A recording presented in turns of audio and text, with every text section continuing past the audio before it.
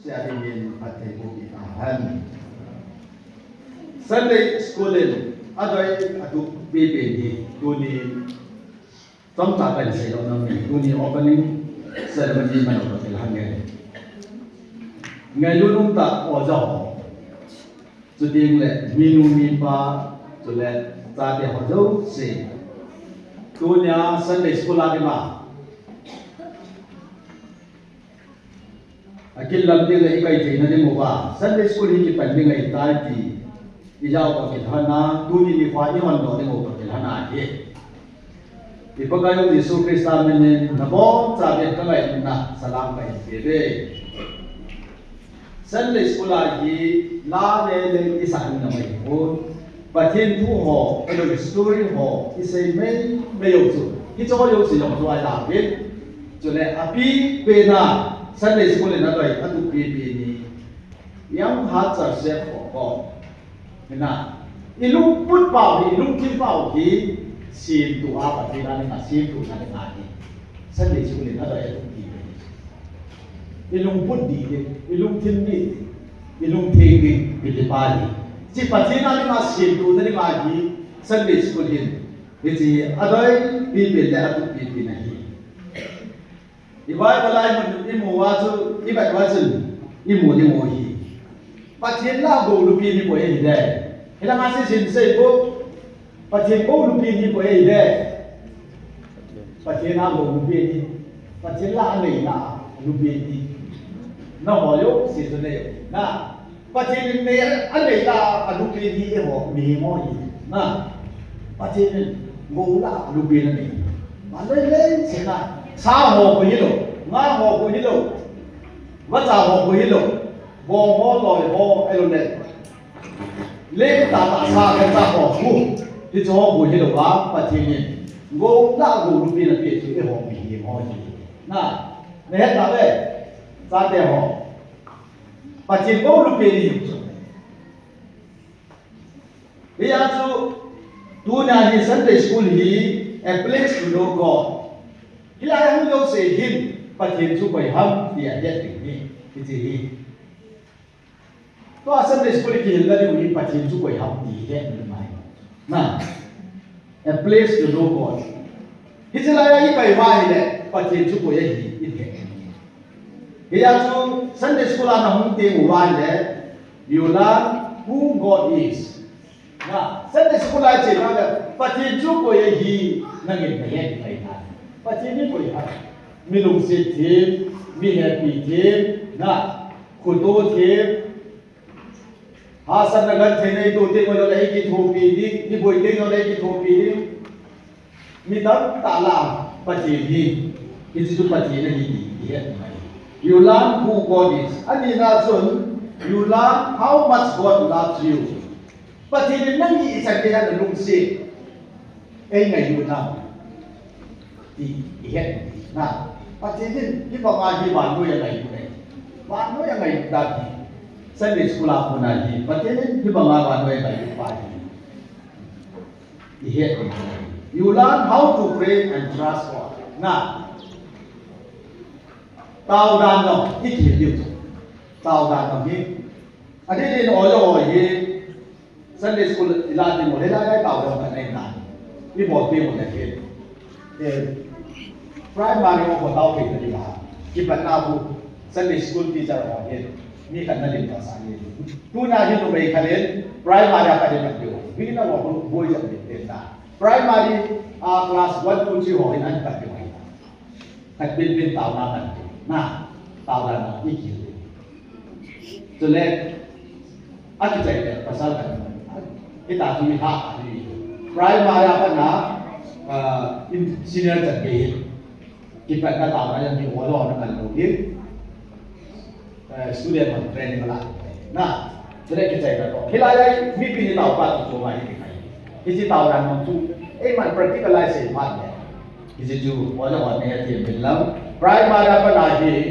senior tu chat ke lagi. Kita fikir ni, baik tahu ni,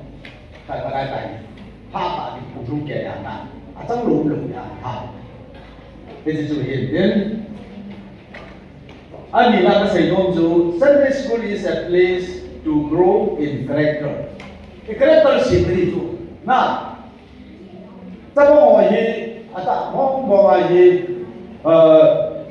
ดูแลทำไมจะบอกว่าฮีทีมงานเนี่ยให้ดีอะไรจะหัวเนี่ยอะไรจูที่ตายฮีคนกินด้วยอีจ่าเราก็ได้คนนั้นเจ็บเลยที่กินหัวให้แต่ต้องเลยโอ้ยกูยินตายไปดูแลจะบอกว่าฮี play with learning จูกิจกรรมนะโกนน้องไหนหรอวะเอาหมอฮีจิตเที่ยวจู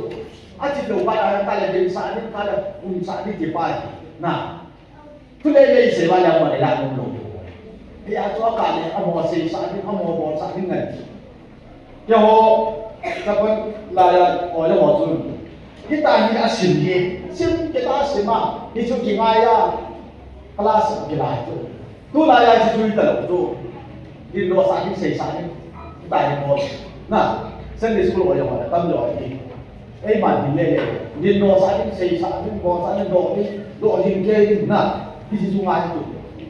ที่มันสาวว่าโอ้ยเฮียจูเส้นดิสโกลนี่เกรดกันเสียงนั่นนี่ไหมมีเกรดกันนะเกรดกันนี่ที่เสียงดีไหมเส้นดิสโกลนี่ดิสซิปลินอะไรดีไหมนะจีโร่นี่มันยากอยู่เลยคลาสที่บอกว่าเทียบกับจีโร่ตัวนี้ไงแม่กูน่าจะตอนมิชชันละสามีท่านดิสกุลาที่จีที่วันนี้บอกเลยแต่ที่หลังพระไม่บอกว่าอะไรมาจ้ากันที่ต้องจะนั่นเรียกเขาอีหินลิปะว่ามันไม่ใช่จ้า attention pairing ส่วนที่บอกพิจารณานี้โอ้ยเราเนี่ยเห็นดีนี่แบบไม่ได้เลยนับว่ามันอัปเกรดกันนี่อิสุนี่จะว่าเกรดเป็นสิ่งที่มาที่ number one นะ obedience ที่ได้นะทุกไงนะทุกสิ่งที่เราทำได้ทุกสิ่งที่เราสามารถเราสามารถจำกันได้ผ่าน discussion ลงบอร์ดฟอร์มสามเนี่ยจะป้องไว้จะได้อาการเลยมันทุกข์ปวดที่ตาย interpret ที่บอกดีไหม number one นั่นจริงๆผมจะทำแต่ละทุนหนุนไปที่ที่วันนี้จริงๆบอกแต่ละนับบอกจัดเป็นผมจะช่วยอันนี้นะ character บอกเสียงนั่นเอง honesty ลุงเทนเชล่ะนะลุงเทนเลยที่จะไปลุงเทนกันยี่หมอเลยส่วนเด็กไงรุ่นลุงเสกที่ลุงเสกตัวเด็ก love and kindness เด็กส่วนเด็ก respect for parents and elders อีสานมาเล่นตัวส่วนเด็กอีนู่อีป้าจามันเป็นเด็กที่ใช้เด็กสกุลนะแต่เด็กเป็นสิ่งที่ไม่นี่จีโร่นี่มาไม่ได้ที่บอกละนะไว้พวกนี้ก็จีบกับพวกต่อไปนี่อาทิตย์นะที่จีจุยที่บอกซะอ่ะบอกตาเห็นดีบ่ไบเบิลสิ่งที่เกี่ยวกับเรื่องตายเนี่ยอ่ะบอกว่าเราไม่ดีตัวอ่ะบอกว่าเราแค่นั้นบอกน้ำมันน้ำมันจีนอีนี่เนี่ยตั้งแต่ที่จะมาเลยแค่ขนาดจีนบอกมันเดียวกับงานนะจีบหัวอ่ะกินไบเบิลสิ่งมาจีนเนี่ยดิสพินจะได้จีนอยู่ตัวจีนที่จีนลงที่จีนเฮียจุกียานะนั่นร้อยป่ากันไม่ยากดินั่นร้อยมุกันนั่นร้อยป่ากียาที่ดีอันนี้เอาที่อันนี้ที่เอาไปที่เอาไปหมดยาที่หลงดิอามาที่ไม่ยอมเสีย respect อามาที่นั่นอามาที่ไม่ยอมเสียดีร้านนี้เนี่ยต้องเล่นเดียวในร้านนี้เอาไปหมดหน้าตาด้วยสิ่งที่ไหนพูดอันนี้หมดหน้าตาด้วยสิ่งที่ไหนพูดที่จะจู่ที่หลงที่จะพาทุกท่านในสกุลาที่จะ character ไปนะcharacter formation อะไรมาที่ที่ character ที่ easily หมดเลยเฮียจูที่ที่เขาดูสิ่งมาที่โอ้จะโอ้ที่ teachers are God's helper ตัวอาจจะสิ่งนี้โอ้ยาหัวปัญหาที่ตัวอยู่สิ่งนี้ปฏิบัติถูกปีไอ้ยิ่งกว่าเฮียจูโอ้จะเขาดูสิ่งอย่างเห็นที่ที่อาจจะนั่นตัวรู้เลยเราพาดูเลยที่จะว่าที่จะป้องหัวที่คุณงานยังไงก็สิ่งนี้ที่สุดโอ้ยจะนะจะป้องหัวที่คุณงานยังไงนี่ก็สุดเลยมั้งภาษาเราก็เทปอยลีดเราก็เทปอยที่จะทำก็เทปอยจนแล้วอาหัวที่ทุลีกุตาเราเป็นอะไรมั้งที่จะให้หมอพูดเลยตัดกันเลยที่จะให้ที่ที่มุจิก็ตัวนี้นะโอ้ยสิ่งที่สุดที่มุจิที่ก็ตัวนี้ผู้เกี่ยวเนี่ยอาการมันไม่ดีไปที่มุจิไปอีตุจิอีคลาสหนุ่มจุยว่าอีตุจิโอ้ย อันนี้นั่นแหละอาจารย์ไม่ได้การดิน Children are God's precious treasure ประเทศนั้นมามันตั้งเป็นมันลูกเป็นที่จ้าเดียวที่ที่ประเทศโบราณลูกเป็นไปที่จริง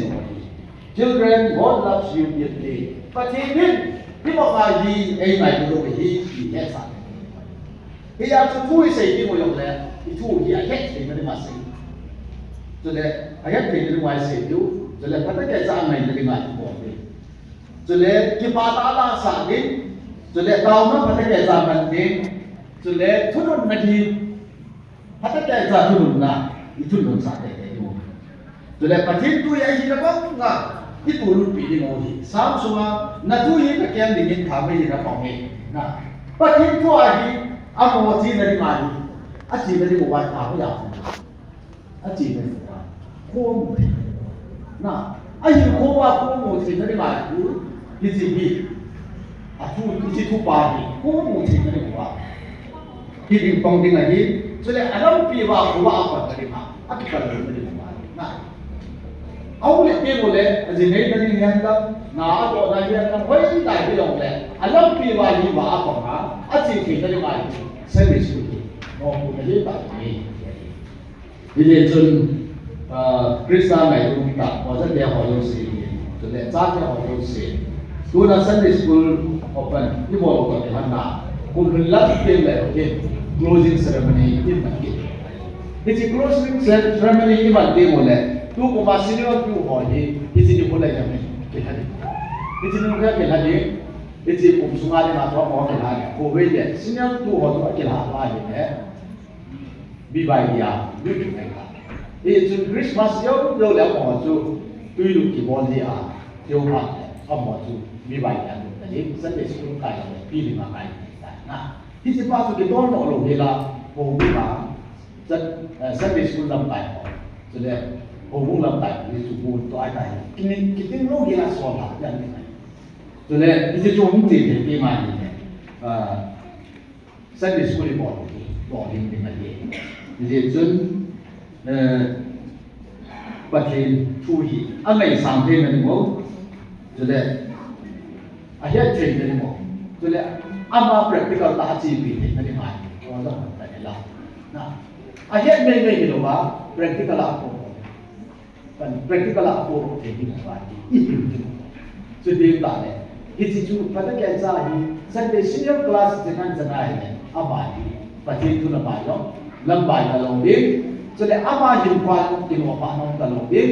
so le jinai na le ma lo le ama patin lu be ya jinai na le so le na to na le yo le to no na hi ta na lo Sunday school hi primary beginner la pa na in January course hi ta ke ta sa ya ai hin kwan le ma ama le ma ji hoi la ya om lo le ama hi sin mo ta hi chi na ma to ho hu he so le convention he Sunday school hi tu bi ta i bo lo maเลยผู้มีตาบอดตานี้ทุกกุมาเป็นอะไรเป็นอะไรเส้นเลือดเฉียวนี่ขาดเลยก็ไอ้กล้าศิลามันเป็นเปล่าเองกุมกันกุมีสุขีตายเรียนเก่งว่าทุกกุมาที่เบสทันเนี้ยพันธุ์บอดเลยว่าเลยผมก็มีจิตวิญญาณประเทศนี้เป็นหลายๆที่ทุกประเทศนี้เลยที่จะว่าแต่ละจุดที่มีแต่ว่าไม่ให้กล้าศิลาเป็นอะไรนะที่จะนี่เลยส่วนที่ลูกที่อาจจะเป็นของลูกที่ใครที่มองกล้าศิลาเป็นอะไรมันโจมานวัตกรรมมากล้าศิลาso le tu pathe ni le ni ke pat asamowa student ho hoi la la ya ti su tu ke mai e su tu ta yo apu tambe se yo aba ki to wa na be tu mu mai apu la ko lo pe ke ta junior la la na ti ho no ti to su ba tu sana so le race la pa ke la na ti ti apu le ko be le e ta mo bo so ke phia yo la ma so ba ko mo sa na Senior one two one. Apa tu dia tu? Lu dia dia jauh mana? Di mana? Ini research tu dia. Ini jauh dia mana? Kita apa buat sini ni? Tu ni opening ni baru kau dah nak ni pakai ni. Tu kumlong kaya ini macam apa? Pakai pakai ni macam apa? Orang hoji, student hoji, pin hoji, children hoji. Kumlong kaya kita buat syllabus konvensional ko na ina pa. มีรอเห็นว่าผู้กลุ่มอย่างนี้พี่ผมน้องเซนต์สคูลปีนี้จะทำจริงเลยผู้กลุ่มที่มีคะแนนเลยจะบอกอะไรปีนี้มาดีมียาละพัดเลยจริงคนไหนที่จริงเนี่ยบอกว่าผู้กลุ่มคนไหนจะมาทำกี่คนไหนเลยที่บอกว่าที่จะต้องทำเงินเก็บมาคอนโดนั่นเองตามนักการเงินกี่มันที่จริงกันจะยกเลยเองทุกปีเสร็จแล้วที่การส่งไปใช้ยังไงIbu sabi na ni mo hidin kay pa. Akipat na dito ang para ka din. Kay ma pakay sa red mo ba? Okay. Send the church as man by pasale. Tu ni ni kwa ki panahi. Sunday school hi. Ang long ni that khadapana. Sunday school hi mata kilang kai naที่มาปุ้ยนาพุ่งในในใจที่ปาประเทศจะปาประเทศสุดแล้วเราทิ้งประเทศที่นาพูดออกนะก็ในทางนี้เป็นมาตามไหน